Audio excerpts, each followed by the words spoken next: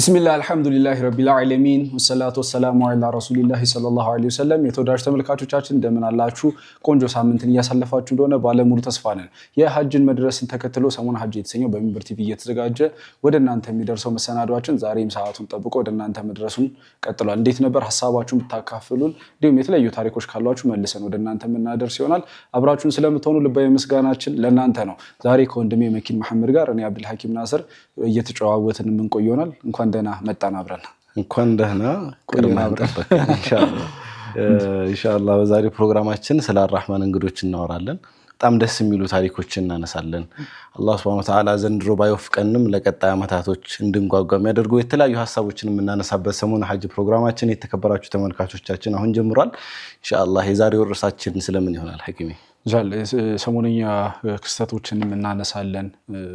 እዛ ሂድ መጣት እያልን ስለ ማኔጅመንቱም በክፍሉ ባገራልን ከዚህ በኋላ አብረን ነው የምንሰራው ብለን እናስባለን። ኢንሻአላህ እንሄዳለን። ባለፈው ሁለት ክፍሎች ላይ የኔን የልጅነት ታሪክና ከሰይድ መህዲ ጋር ነበር እየቆየን የነበረውና ፕሮግራሙ ከጀመረን በኋላ ነው የመጣልኝ ሐጅ ሲባል የልጅነት ተውስታ ምናምን ካለ ብናቀው ብዬ ነው።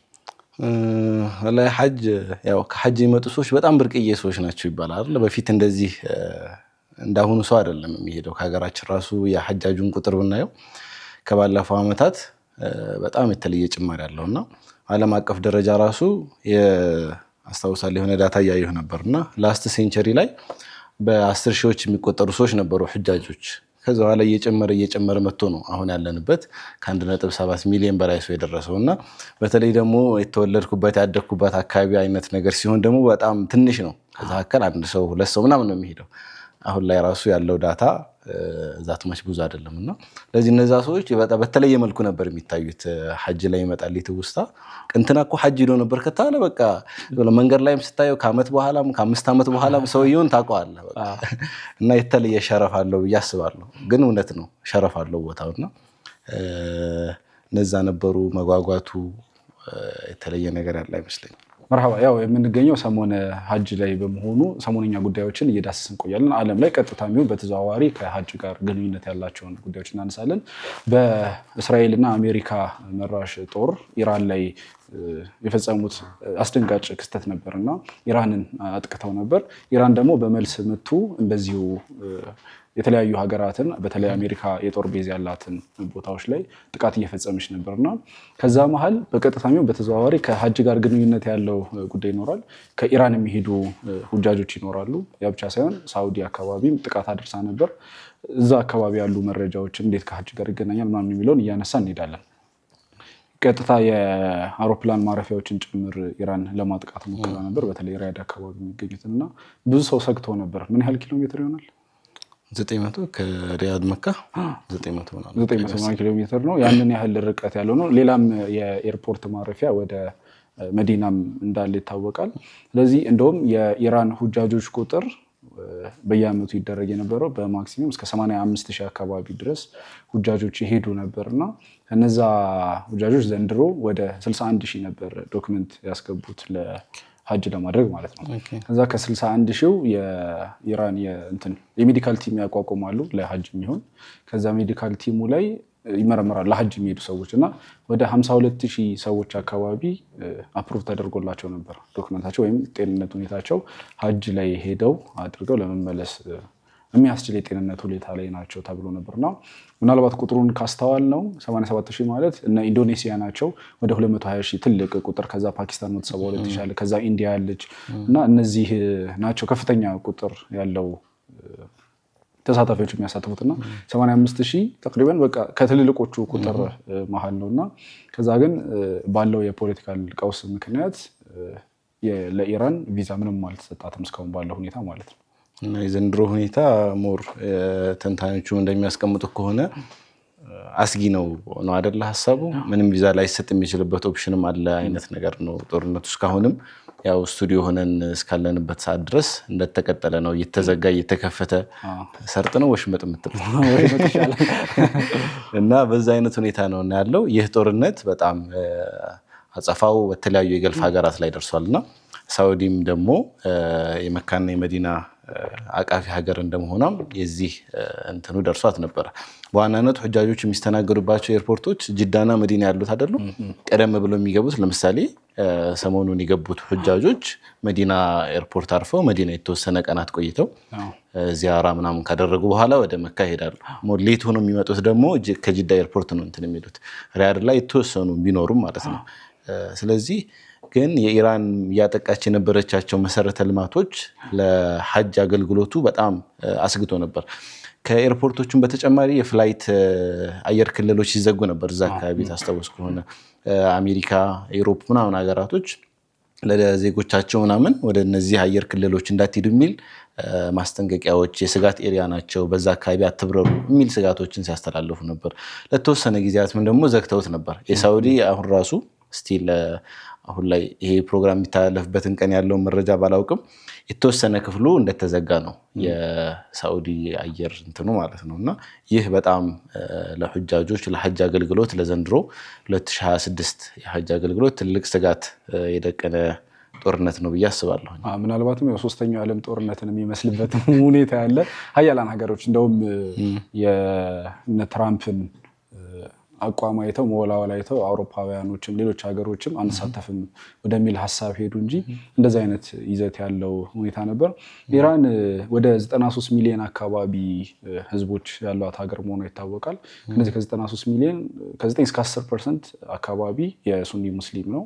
ከዛ ውጭ ያለው ደግሞ የሺያዎች ናቸው እና ከዛ ያው የሚደረገው ጦርነት እነዚህን ለሐጅ የሚጓዙ ወንድም እህቶችን እንዳይሄዱ ያስተጓጉላቸዋል። እንዳልከው የአየር መዘጋቱ ሁሉም ሀገሮች ላይ እዛ አካባቢ ገልፍ ተብሎ የሚታወቁ ሀገራት ላይ አሜሪካ የጦር ቤዞቿን ስላስቀመጠች በዛ የተነሳ ወይ እንዳይሄዱ ይፈልጋል። ከዛ በተጨማሪ ደግሞ እንትንም ሳውዲም ለራሷ ዜግነት ከመስጋት አንጻር ኢራኖችን ትላለች። ከዛ በተጨማሪ ያው የተለያዩ ፖለቲካል ተጽዕኖች ይኖራሉ ብለን እንገምታለን። ከዛ አንጻር ግን አሁን እኮ እንደውም የኢራን ሳውዲ ሪሌሽኑ የዲፕሎማሲ ግንኙነታቸው ጥሩ የሚባል ደረጃ ላይ ነበር። ከዚህ ከእንትኑ ቀደም ከሆኑ ዓመታት በፊት እኮ ሙሉ ለሙሉ የሚባል ደረጃ በጣም ጥሩ ያልሆነ ዲፕሎማሲያዊ ግንኙነት ነበር። ከዛ በኋላ ነገራቶችን ተቀራርቦ በመፍታት አይነት አቋም ሁለቱ ሀገራት ሲያራምዱ ነበርና እሱ ይህ ጦርነት እንትን ያለው ይመስለኛል።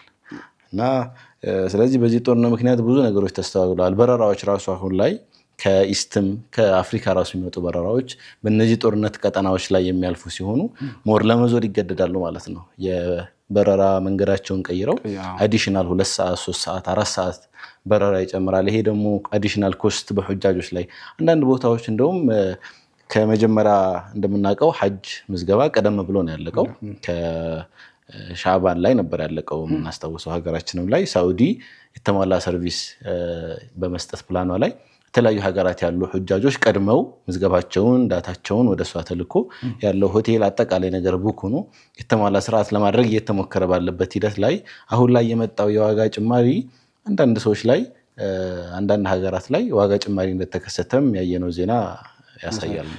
ያው በብዛት 20% የሚያክለው የነዳጅ የሚያልፈው በሆርሙዝ ወሽመጥ ነው እና በዛ መሀል ያሉትን ኢራን ዘግታው ነበር። ከዛ በተጨማሪ አሜሪካም ዶናልድ ትራምፕ ሌላ ከቁልፉ ጀርባ ሌላ ቁልፍ አስቀምጠው ነበርና በዛ የተነሳ የነዳጅ ዋጋ መጨመሩ የሚታወቅ ነው። ይሄኛውም ቀጥታ ለሁጃጆች በተለይም ደግሞ ሶርሳቸውን የነዳጅ ግብዓታቸውን የሚያገኙት ከነዛ አካባቢ ከሆኑ እንደኛ አይነት ሀገራቶች በጣም ችግር እንደሚሆን በተለያዩ ከተማችን ላይ እያስተዋለ ነበር አይደል? ከመኪና እጥረት ጀምሮና ሁሉም ነገር በነዳጅ ነው የሚሰራው እስከሚባል ድረስ እንትን ነበርና ቀጥታ ሐጅ ላይ ተጽዕኖ ያደረገ ግጭት ነበር። ስለዚህ ያው ቀጥታ አስተዋጽኦ አለው ወይም ደግሞ ተጽዕኖ አለው ጦርነቱ ላይ የኢራን ሁጃጆች ላይ ብቻ አይደለም። በተለይ ከመካከለኛው ምስራቅ አካባቢ ያሉት እንዲሁም እነዛን የቀጠናዎች የሚጠቀሙ እያንዳንዱ ሀገራት ላይ ከዋጋ ጭማሪ ጀምሮ የበረራ መዘግየትን ጨምሮ እንዲሁም ከደህንነት ስጋትም ጋር በተያያዘ የራሱ የሆነ አስተዋጽኦ ይኖረዋል። ኢንሻአላህ አላህ ሁሉንም በሰላም እንደሚወስዳቸው ተስፋ እናደርጋለን። ከመሸጋገሪያ በኋላ እንመለስ።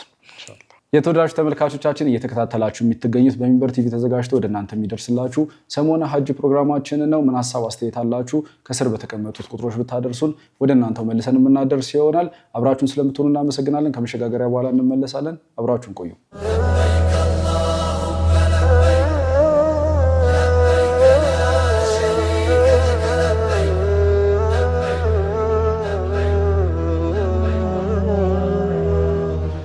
ተመልሰን መተናል። የተከበራችሁ ተመልካቾቻችን እየተከታተላችሁ የምትገኙት ሰሞኑ ሐጅ ፕሮግራማችንን ነው። ስለ አራህማን እንግዶች እያወራን እንገኛለን። አላህ Subhanahu Wa Ta'ala መርጧቸው በዚህ በ2026 ወደ ተከበረችዋ ወደ ተቀደሰችዋ መካ ከተማ ተጉዘው የሐጅን ስራ የሚያከናውኑ ባሮች ስለነሱ እያወራን እንገኛለን። እንግዲህ አብዱል ሐኪም ከመሸጋገሪያው በፊት ዜናችንን ሐጅ ዜና ከመስማታችን በፊት እያነሳን የነበረው ሰሞኑን እየተከሰተ ያለው መካከለኛው ምስራቅ ላይ የአሜሪካና እስራኤል በኢራን ላይ የተከፈተው ጦርነት እሱ በሐጅ ስራ ላይ እያስከተለ የሚገኘውን ኢፌክት ነበርና በጣም የተለያዩ ሀገራት ላይ ተጽዕኖ እየታየ እንደነበር አይተናል። ዋጋ ከመጨመር ጀምሮ የበረራ ጉዞዎች መራዘም፣ መስተጓጎል እነዚህን ሀሳቦች እያነሳሳን እንገኛለን። ልክ ነው።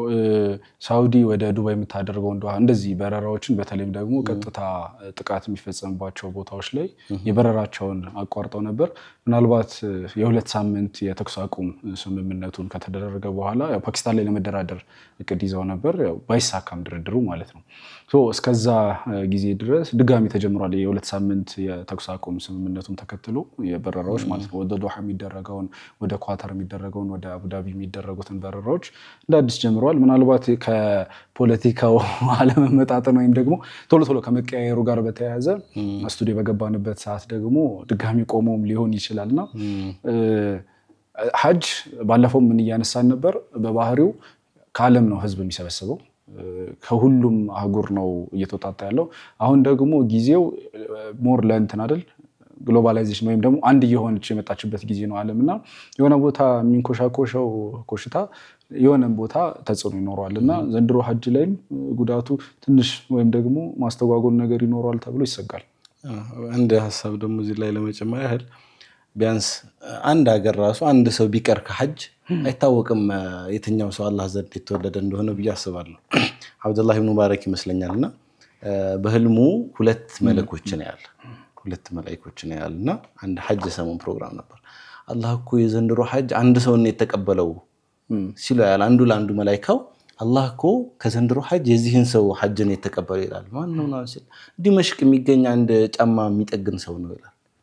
ምን ማለት ፈልገው ነው ይልና አብዱላህ ኢብኑ ሙባረክ ተነስቶ ዲመሽቅ ሄዶ አጥያይቆ ምናምን ይህን ሰው ያገኘዋል።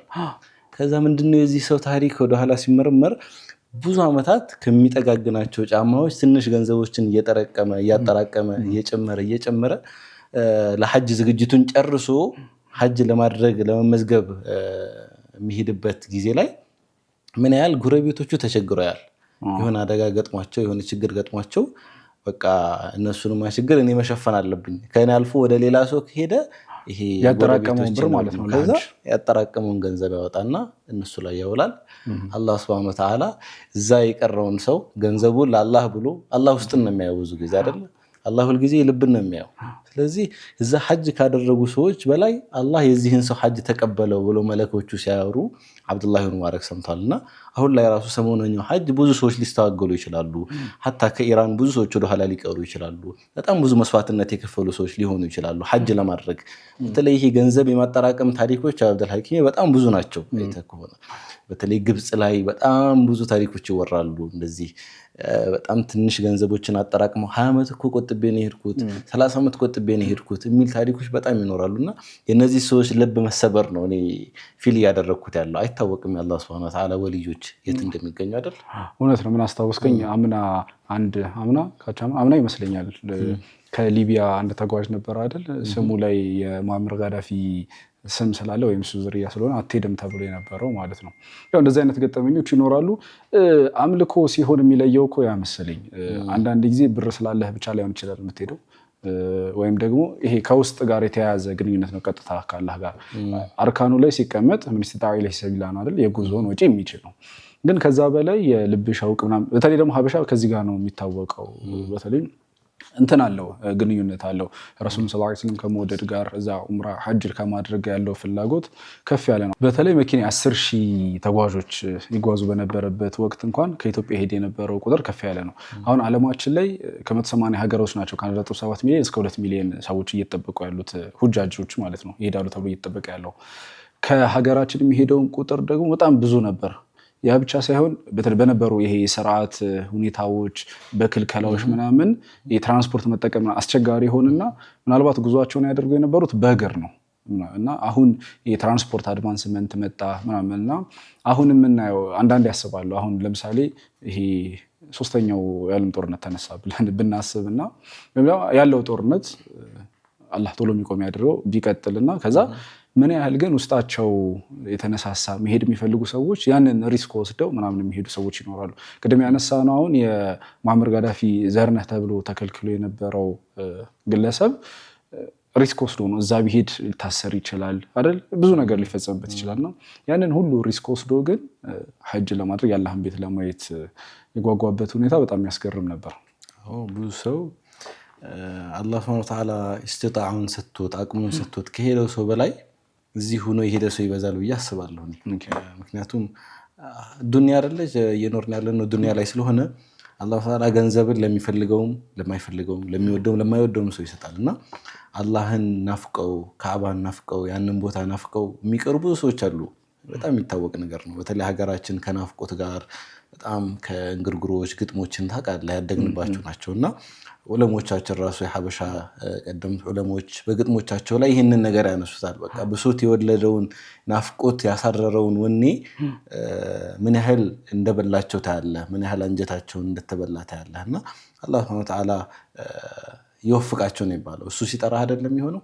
አላህ ሱብሓነሁ ወተዓላ እኛንም የናፈቀውን ሁሉ ይጥራ ኢንሻአላህ። ይህንንም ጦርነት አላህ ሱብሓነሁ ወተዓላ በጊዜ ጋብ አድርጎት የሐጁ ስርዓት በትክክለኛ ሁኔታ ሰላማዊ በሆነ መልኩ በተደራጀ መልኩ እንዲከናወን ኢንሻአላህ ዱዓችን ነው የሚሆነው።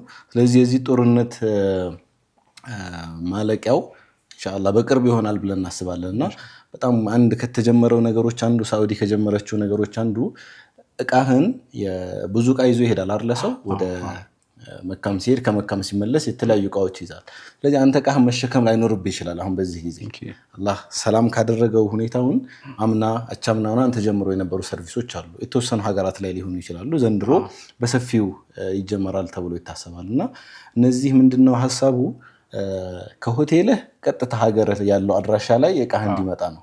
ሻንጣዎችህ አድራሻ ታስቀምጣለህ። እዛ አድራሻ እቃ ይመጣልሃል። ከሀገርህም ስትሄድ እዛው ሆቴል ይጠብቅሃል አይነት አሰራር እየተጀመረ ነውና ይህ ምንድነው የሚያሳየው? ያው ዘመኑ ወደ ቴክኖሎጂ ወደ ዲጂታላይዜሽን እያደገ ስለሆነ ይዞ የሚመጣውም ጥሩ ጎን አለ ለማለት ፈልጌ ነው። እውነት ነው። አንድ ግን ሳላነሳው ማለፍ ያልፈለኩት ጉዳይ የሄዱ ሰዎች ናቸው ያጫወቱኝ ማለት ነው። የኢራኖች አሁን ኡምራ ላይ ምናምን ይሄ ኢንዶኔዥያ ምናምን በተለይ ፋሪስት የሚባሉ አካባቢ ያሉት ሲሄዱ በመሀላቸው ማንንም አያስገቡም። ይከቡና ሴቶቻቸውን መሀል ያስገባሉ። ከዛ ጠዋፍ ሲያደርጉም አብረው ነው ጠዋፍ የሚያደርጉት ምናምንና ኢራኖች ምን አይነት ባህል አላቸው አሉ። ልክ አድረው ሙዝደሊፋ ላይ ወደ ጀመራት ሲሄዱ ወደ ጠጠር ለመወርወር ሲንቀሳቀሱ በመሀላቸው ማንም አይገባም አሉ። ግዙፍ ናቸው። ከዛ ደግሞ እዛ እንኳን ሚሳኤል የለም የዱዓ ሚሳኤል በመሀላቸው ማንንም አያስገቡም። እዛ ሰው መንገድ ይለቅላቸዋል። ይታወቃሉ። በቃ እነዚህ ኢራኖች ናቸው ይባላል። መንገድ ይለቅላቸዋል።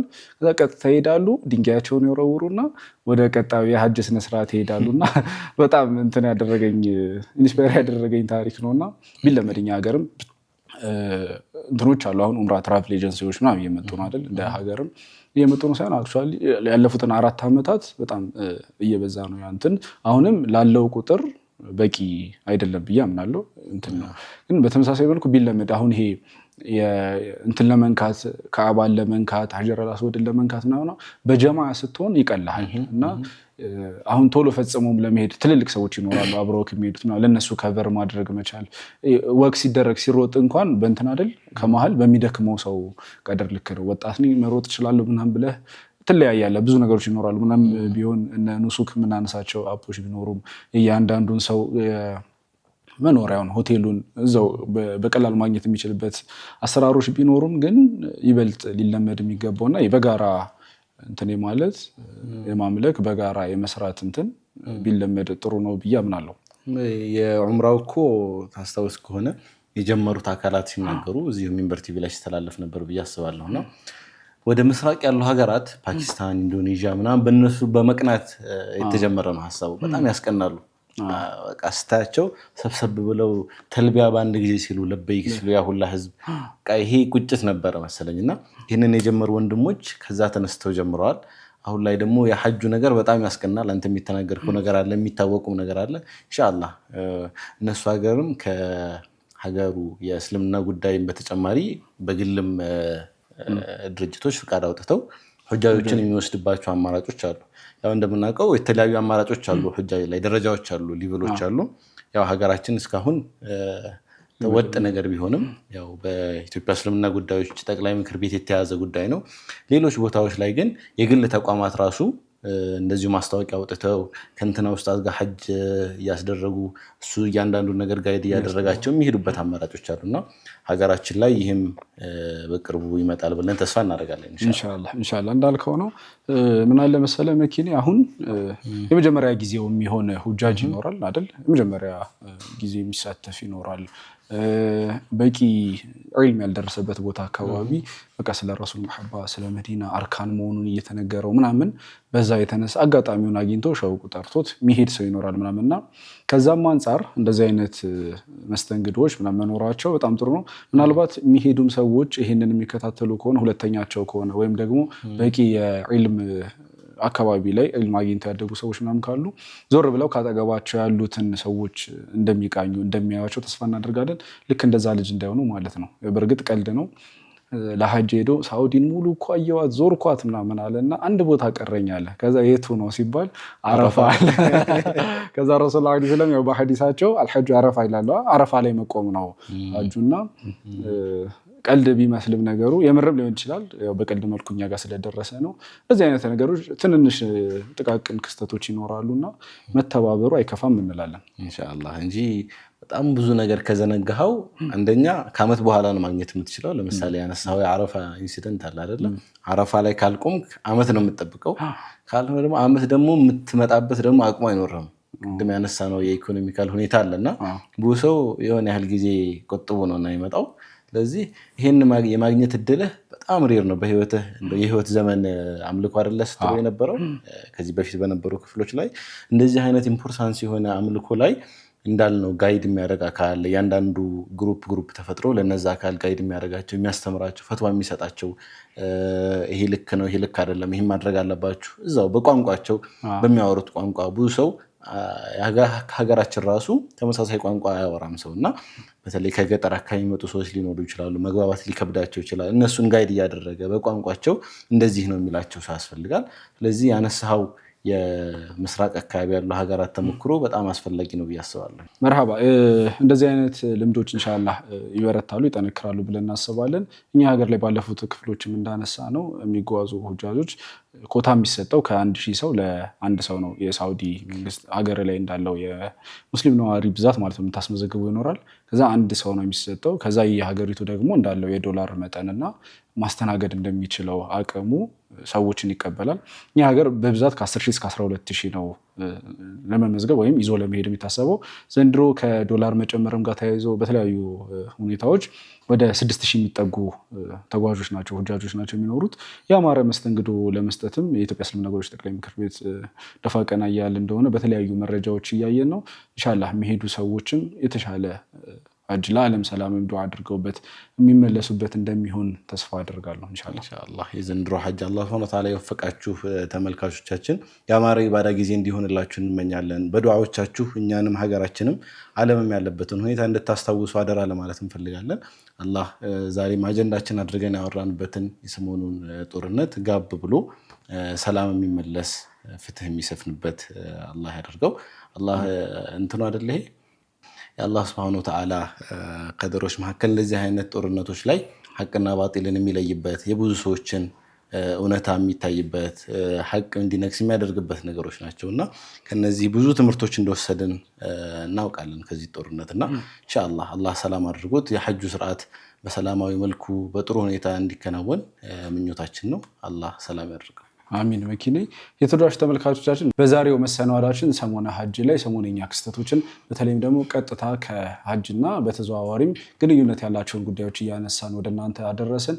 እኔ አብዱልሐኪም ናስር ከባልደረባዬ መኪን መሐመድ ጋር በጋራ በመሆን ነበር። በቀጣይ መሰናዶ እስከምንገናኝ ድረስ ሰላማችሁ ይብዛ። ወሰላሙ አለይኩም ወራህመቱላሂ ወበረካቱ። ወአለይኩም ሰላም።